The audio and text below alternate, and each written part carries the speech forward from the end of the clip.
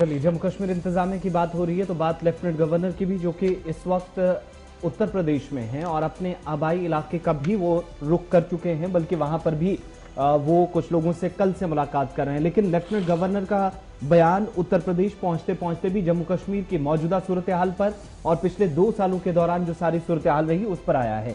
दरअसल उन्होंने सरकार की हसूलियाबियां गिनवाई हैं और जहां पर जम्मू कश्मीर यूनियन टेरिटरी के अंदर उन्होंने कहा कि अगले 5 सालों के अंदर जदीद किस्म का इंफ्रास्ट्रक्चर तैयार किया जाएगा, सरमायाकारी को फरोग दिया जाएगा। 110 लाख करोड़ रुपए की जो सरमायाकारी यूनियन टेरिटरी के अंदर अगले 5 वर्षों में की जाएगी, इसका दावा किया। और दूसरी बात यह कि 370 के खात्मे के बाद तामीर तरक्की का एक नए दौर का आगाज हुआ है। एक बार फिर लेफ्टिनेंट गवर्नर, जो कि इस वक्त उत्तर प्रदेश में हैं और कल से वो मुख्तलिफ जो प्रोग्राम्स हैं, हालांकि कुछ गैर सरकारी प्रोग्राम भी हैं, वहां भी शिरकत कर रहे हैं। लेकिन ब्यौरा जो खुलासा उन्होंने वो पेश करते हुए जम्मू कश्मीर में मौजूदा निजाम के बीच जिन नौजवानों को नौकरियां दी गई, जिन तरक्याती मंसूबों को मुकम्मल किया गया, उनकी भी एक लंबी फहरिस्त लेफ्टिनेंट गवर्नर ने इशफाक कल के प्रोग्राम में जारी की है। अच्छा जी, जहां हम आपको इन्वेस्टमेंट की बात बता रहे हैं तो कल गाजीपुर के अंदर लेफ्टिनेंट गवर्नर साहब ने एक बड़ी बात बता दी कि 110 लाख करोड़ की इन्वेस्ट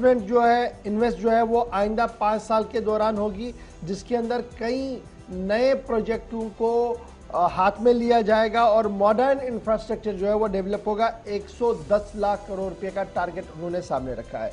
उसके बाद जब ये जो एक गाजीपुर के अंदर जो निजी इदारा एक था उनकी फंक्शन में बात कर रहे थे तो उन्होंने कहा कि देखिए, अब जब से 5 अगस्त 2019 का फैसला हुआ उसके बाद जो इकोसिस्टम एक टेररिज्म का था, इंतहा पसंदी और दहशतगर्दी का था, वो मुकम्मल तौर पर खत्म हो गया है। दावा पेश किया है जी लेफ्टिनेंट गवर्नर ने। उसके साथ साथ उनका यह भी मानना है कि 11,000 सरकारी नौकरियां 11,000 लोगों में दे दी गई और कहीं पर भी एक भी शिकायत ऐसी नहीं है कि किसी ने एक पैसा भी किसी से रिश्वत लिया हो।